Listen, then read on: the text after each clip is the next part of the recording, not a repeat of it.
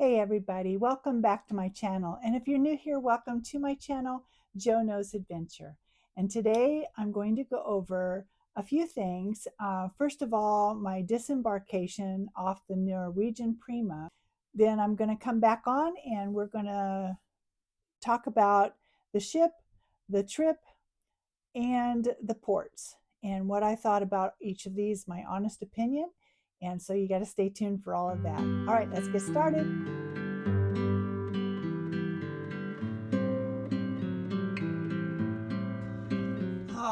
Good morning from Southampton. Back in port, disembarkation day. I'm not supposed to be happy. No. This is happy because I've had a wonderful cruise. Today is Sunday, September the 15th, 2024.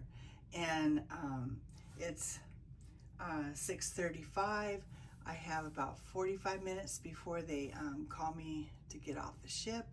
So I don't think I'm going to be able to make any breakfast, but I'm going to meet Karen here in a minute. She just called me. I wasn't planning on doing any breakfast because it's tardy, and I'm sure everybody is up filling their faces.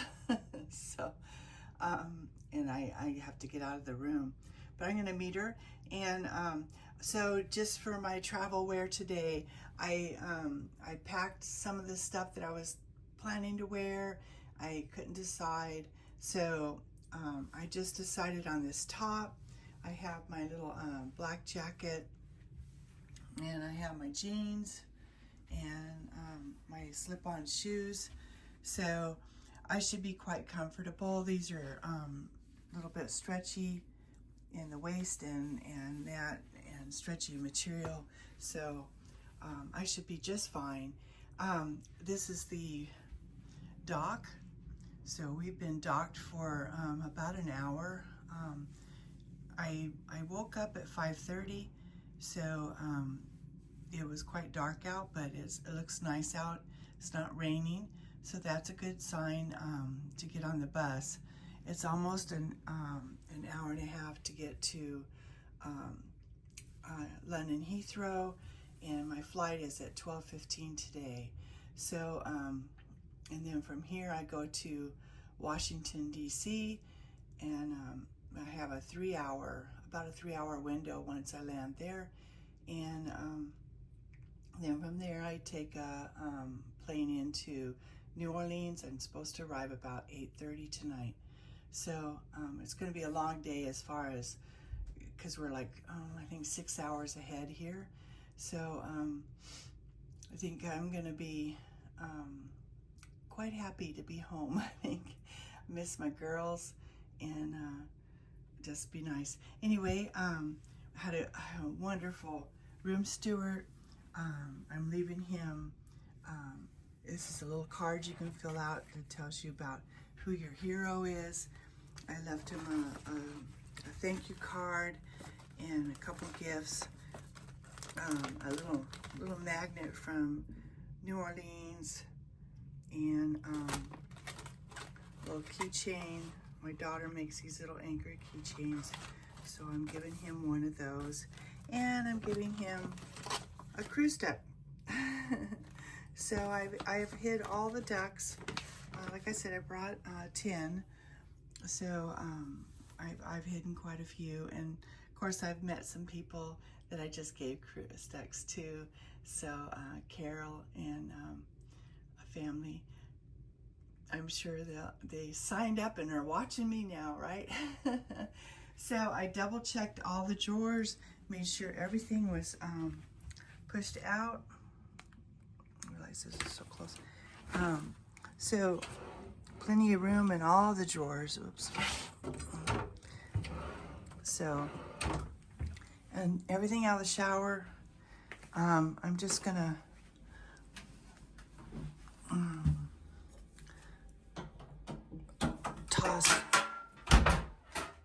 toss a couple things out, and you have to have your key card to get off, so I'll be putting that on. And yeah, so I'm ready to go. I'll be I'll be telling you all about it, and I'm sure you've been watching the videos because this will be one of the last ones that I post for this. Um, so stay tuned for the full run. I'm sure you will be watching it. So if you haven't and you're just joining me for this one, be sure to go back and watch the whole cruise. I did each port at each week. So this next week I'll be posting the flight and my day in Reykjavik and embarkation. So anyway, let's get going for the day, and thanks for coming along, and we'll see you on the next one.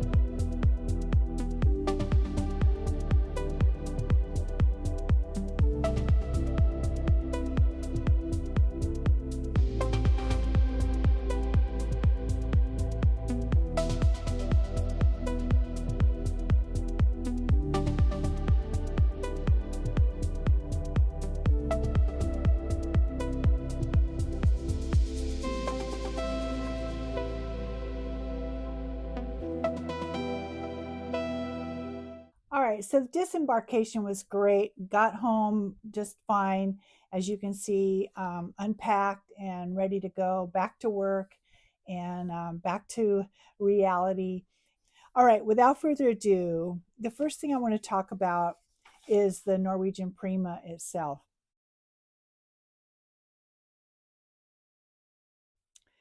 This is the second time I was on the Norwegian Prima. If you go on Norwegian cruise ships, the Getaway, the Breakaway, the Bliss, the Encore, Escape, Joy, you'll notice that they all are very similar. The Prima is, I would consider, an upscale, but it has a smaller capacity. So, what they've done is utilized almost every nook and cranny of the ship. But when you get on, it overwhelms you at first, and but it grows on you. And although this was not a summer trip, there was rain and cold weather. The utilizing of the pool and the outdoor areas, um, it didn't really happen. I mean, we did do some of the things, but most of the stuff that we did or I did was inside the ship in the evenings. We would consider this a port intensive. So I really appreciate the roominess of the studio cabins. They kind of modernized the ship a little bit, the artwork, um, the outdoor deck area, the walking around the ship. They have two infinity pools, one on either side. Um, and I really, really like how they've done the atrium so that you walk in on deck 6 and it's a big atrium there. And then you have stairs that go up and it kind of encircles it again. And you have stairs that go up or elevators and it goes up to the top. So you have like a whiskey bar at the top, and then down the 7th floor, you might have the shore excursion desk or the, um, that. And so they kind of spread it out. So the crowd isn't all around one desk.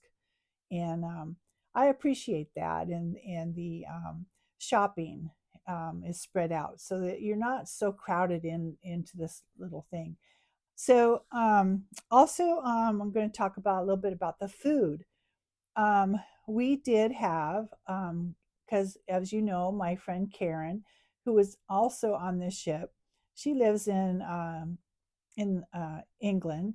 And so we were able to go on the same cruise, although we were in studio cabins, both of us. But because we are uh, kind of a, um, gosh, I'm lost for words. You level up how many cruises you go on. Well, we have a package that you get, a dining package, which is the specialty dining. So we both could go to dining together on that. And then we both got two meals, two specialty dinings for two. So all in all, we had five specialty dining. But we did do Hasuki, which is teppanyaki. We did Los Lobos, which is Mexican. We did Cagney's, which is the steakhouse. We did Onda, which is the similar to Italian restaurant. And then we did Palomar, which is the seafood restaurant. And then those are all the specialty dinings that we did on the cruise. Specialty dining is an upcharge or a cover charge, which isn't that much. Some of it is like $35, and you have a certain menu that you can pick from. So really take advantage of that is if you get your specialty dining, because you just pay the tip and you get to go into these dining areas. But complimentary, they have, it's a smaller cafe and grill, but they do have overflow seating. So once you get your food and it's crowded to eat, you can go into I think Palomar is one of the overflow, and I think Food Republic. So you can go in there, and we took advantage of that for a breakfast one morning.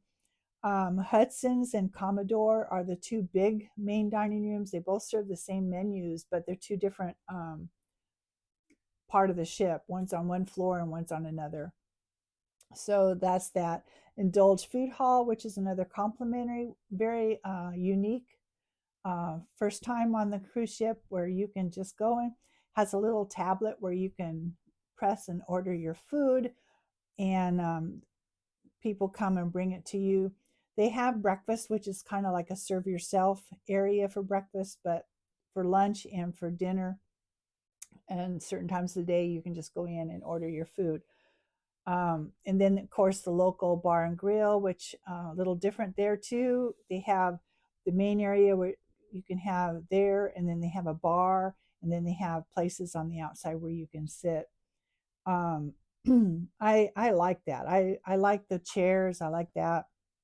And of course, as far as sitting places to sit and relax, one of the most popular ones is the observation lounge, which is the whole front of the ship.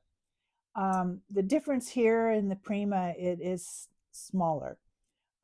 So it gets crowded up there because it's cold outside, and a lot of people want to sit up there, just like in Alaska. So, like the Escape, the Encore, the Joy, the Bliss, the Observation Lounge is a little bit more deeper and a little bit more different seating up in the area. Still has a bar. They still have snacks and food and things like that. But as far as getting crowded, it would get crowded in there. All right, so that's pretty much the ship. I want to talk about the ports that we visited. As like I said, this is a very port intensive. We started out in Reykjavik, Iceland, and in Reykjavik, you can get off the plane in Reykjavik and go right from the plane to go to the Blue Lagoon. And they have the Blue Lagoon has places where you can drop your luggage off, and then you can go get into the Blue Lagoon and then come out. So I didn't.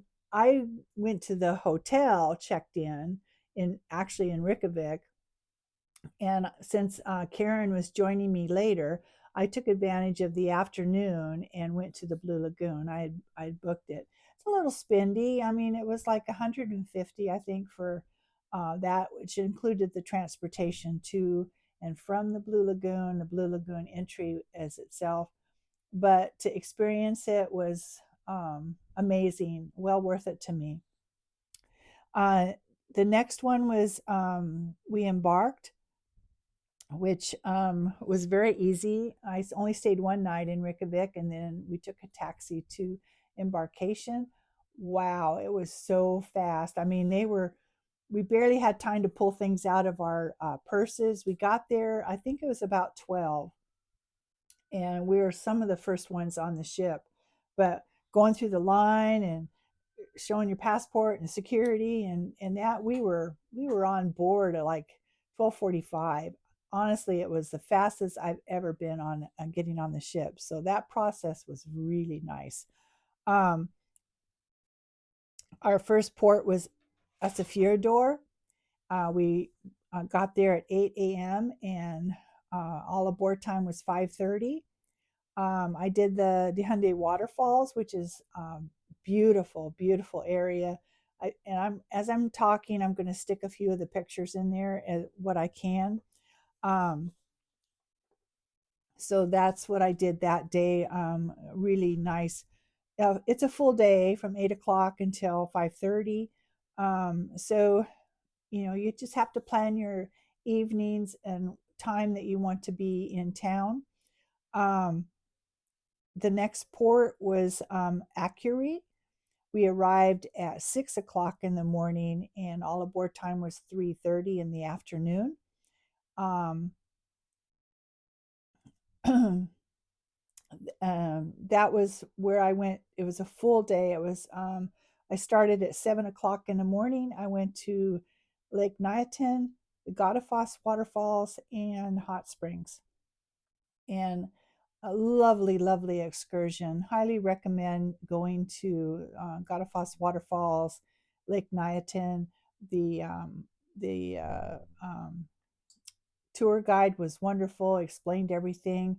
Um, Actually, on all my tours, the tour guides were great. I don't have a complaint about any of them.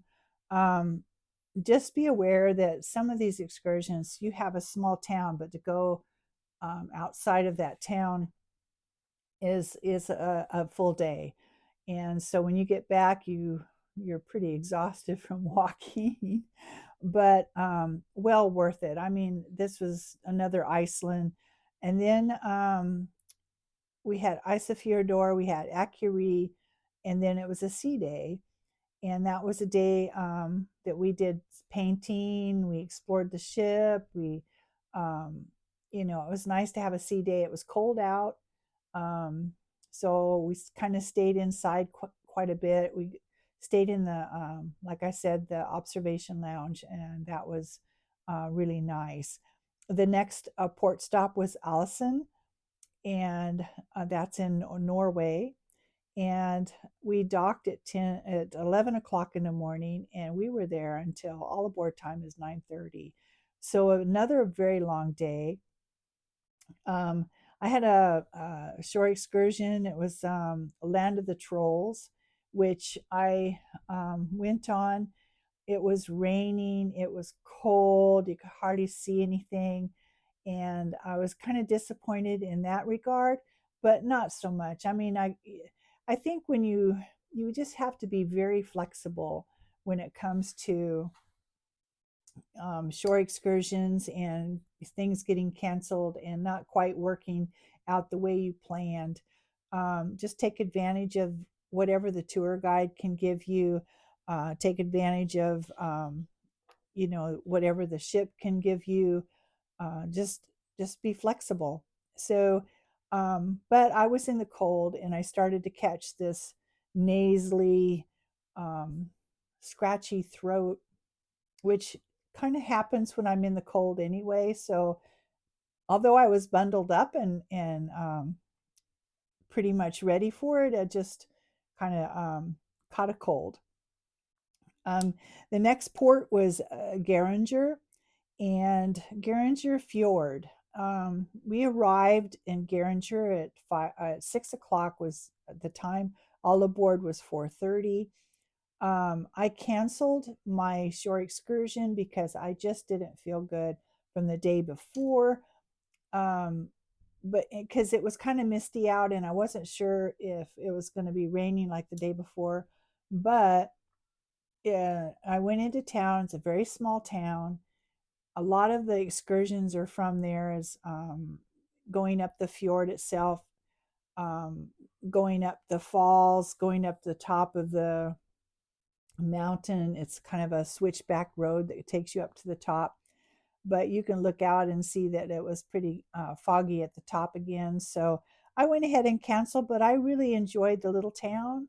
Walking, I did some steps all the way to the top of this waterfall and came down into the road, and it was just a wonderful sail away because we got to go down and saw waterfalls and the greenery, and just a very peaceful going down the fjord. Our next port was Bergen. Bergen was a little different as well, also cold and rainy. I did the excursion there, which was an old church, Falstaff Church, and then I took uh, not a tram so much, but a like a railway thing up to the top of the mountain, and couldn't see anything. It was foggy, and then all of a sudden the clouds parted, and I could see down below and see the city. Um, but just another cold day. The next day was our last sea day. Um, that was another day where we really did explore the ship. I went up and discovered the racetrack. It was closed because it was rainy outside. And then we got into Amsterdam. In Amsterdam, this was my second time there.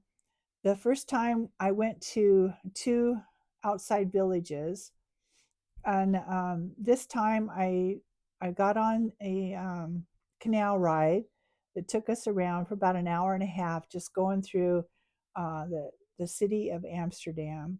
Went back into the ship, got my rain jacket, and out again we went, and we walked Amsterdam.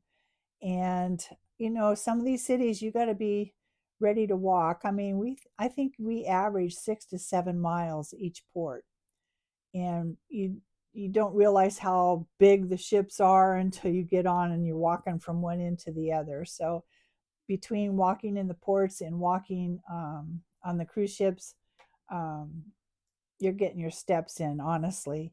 But loved Amsterdam. We really had a full day there. We got there at 7 in the morning. All aboard time was 4:30. And then our last day was Zeebrugge, Belgium, and we docked there at 7 in the morning. All aboard time was 4:30. This was our last port, and so we took a Bruges on your own. And so we had waffles and chocolates and walked the city, and it was just a pleasant day. When we got back on board, the sun came out, and we sat in a chair, and it was pretty much the first warm day we've had the whole cruise. So it was very nice. But we had to go to dinner that night, and after dinner I had to pack. So I kind of packed before dinner, and then I finished because luggage had to go out by 11. So I was able to do that. And then disembarking the ship, which is what I showed at the beginning of this video. So all in all, I think that if you're going to do this cruise, whether it's on the Norwegian cruise ship, which I recommend, of course, because I love Norwegian, but any ship, if you're going to do this and you want to catch some of these really nice views and stuff, go when the weather's a little bit better than what we had. It didn't dampen my spirit at all. I mean, I was so glad to just be and explore, and I love cruising anyway. But I think if that was the advice that I would give on this cruise, it would be if you wanted to enjoy the the um, the cities and the views and all that is Norway and Iceland, um, go when the weather is just a little bit warmer. Um, that would be my advice. And like I said, all these days, Norwegian and all cruise ships do this. Whatever they call it, it's a little newsletter each night, and very informative. These are your freestyle dailies, and each day it would be day 1, give you the weather report, the time of docking, if you have a time change. It tells you a little bit about what you're seeing, like a sea, what's in is a fjordor, a little bit. I like these. I keep them because when I go to do my videos and I'm able to remember what I did that day and share some of that with you. All right, so I'm going to cut this now. All right, I want to thank everybody for watching all of this all the way through. I hope it was informative for you. And if you have any questions, please by all means ask. I love to answer questions. What's coming up next for me, like I said, this is December 2nd. So my first time only doing this, I'm going to try to do Vlogmas.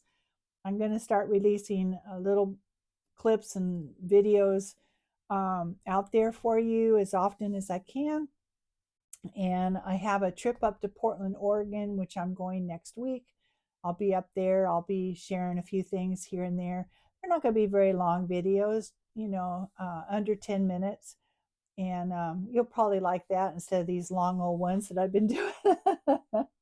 But looking forward to doing, sharing some of the things around New Orleans and how we celebrate Christmas here.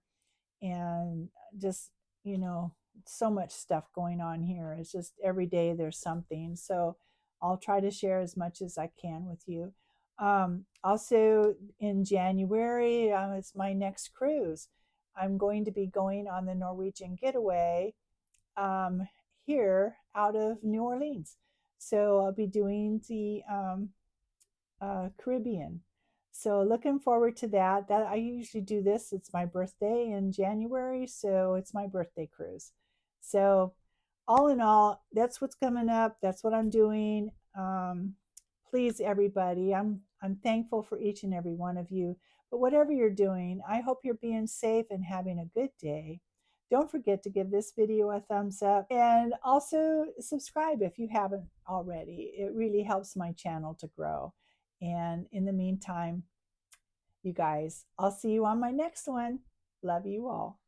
Bye-bye.